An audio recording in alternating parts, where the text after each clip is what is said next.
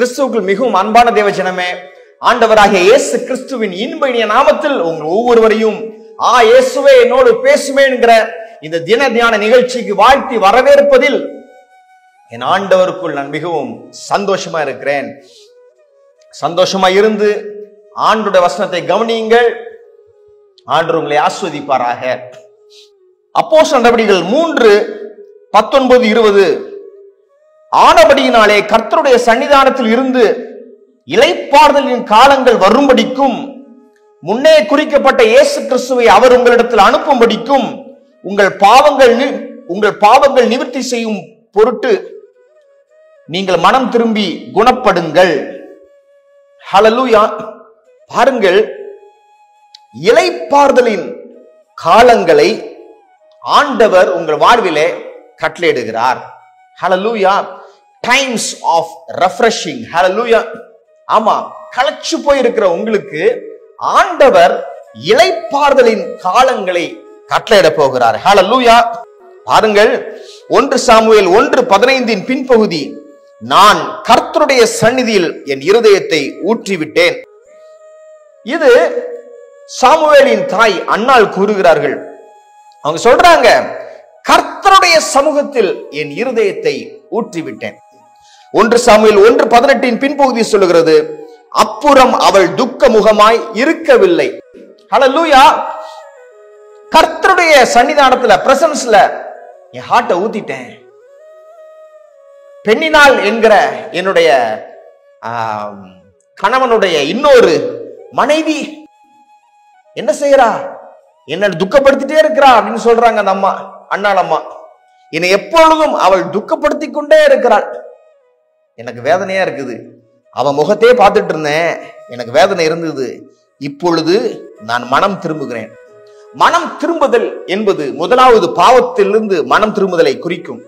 இரண்டாவது, நாம் ஒரு காரியத்தை போக்கஸ்டா பண்ணி கொண்டு இருக்கிறோம், ஒரு குறுகன என்விரான்மெண்ட்ல இருக்கிறோம், அதிலிருந்து வெளியே வந்து நம் மனதை வேற பக்கமா திருப்புவது, அதுவும் மனம் திரும்புதல் தான். ஹல்லேலூயா. அவங்க செய்யறாங்க, இனிமேல் பெண்ணினால பார்க்க மாட்டேனா, அண்ணாளாகிய நான் ஆண்டவருடைய சமூகத்தில் அவரை நோக்கி பார்ப்பேன். அப்பொழுது நான் துக்கமுகமா இருக்க மாட்டேன். ஏன்? இளைப்பாறுதலின் காலங்கள் என்னைக்கு நான் ஆண்டவரை பார்க்க தொடங்குறனோ, இளைப்பாறுதலின் காலங்கள் என் வசமா இருக்கிறது என்று அந்த தாயார் சொல்றாங்க. 1 சாமுவேல் 1:19-20 வாசித்து பாருங்கள். அந்த தாயாரும் அவங்க கணவனும் சேரும் பொழுது ஆண்டவர் அன்னாளை நினைத்தருளி சாமுவேலை கட்டளையிட்டார். ஹல்லேலூயா. இளைப்பாறுதலின் காலங்களிலே ஆண்டவர் உங்களை ரெஃப்ரெஷ் பண்ணி பலப்படுத்தி அவர் பக்கமாய் உங்களுடைய முகத்தை திருப்பி அவர் உங்களுக்கு உங்களுடைய மன விருப்பத்தை கிறிஸ்துவுக்குள் நிறைவு பண்ணுவார், நிறைவேற்றுவார். ஹல்லேலூயா. பாருங்கள், பிலிப்பியர் 3:8 வாசிக்கிறேன்.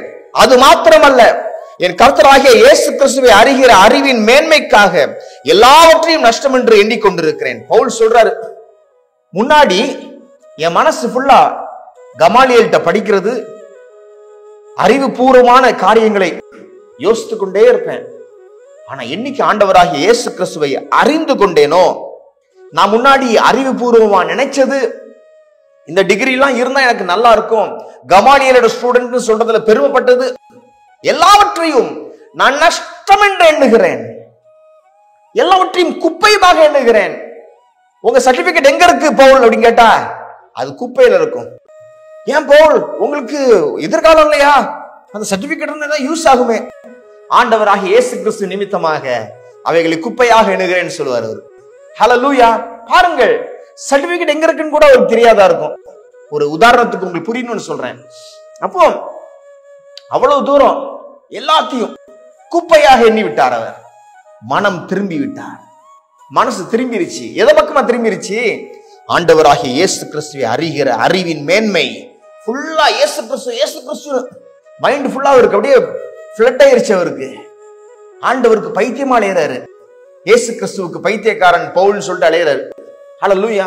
அவன் பாருங்க, ஆண்டவராகிய இயேசு கிறிஸ்துவை அறிகிற அறிவின் மேன்மைக்காக நான் எல்லாவற்றையும் நஷ்டம் என்று எண்ணுகிறேன், குப்பையாக எண்ணுகிறேன் என்று சொல்றாரு.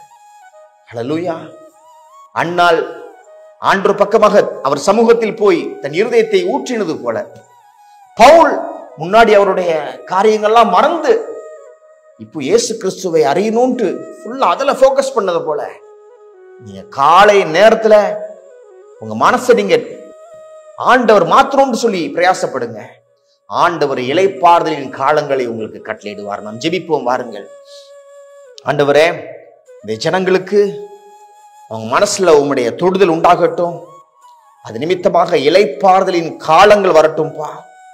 ஒரு புது மனமகிழ்ச்சி வரட்டும், சந்தோஷம் பிறக்கட்டும், வழி பிறக்கட்டும், இதுவரையிலும் திறக்காத கதவுகள் திறக்கட்டும், வழி இல்லாத இடங்களில் வழி உண்டாகட்டும் என்று சொல்லி நான் ஜெபிக்கிறேன்.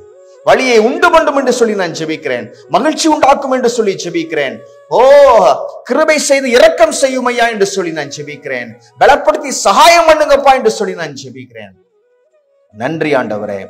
நன்றி செலுத்தி இந்த ஜெபத்தை எங்கள் அன்பர் இயேசு கிறிஸ்துவின் நல்ல நாமத்தில் ஏறெடுக்கிறோம் எங்கள் வல்ல பிதாவே. ஆமென்.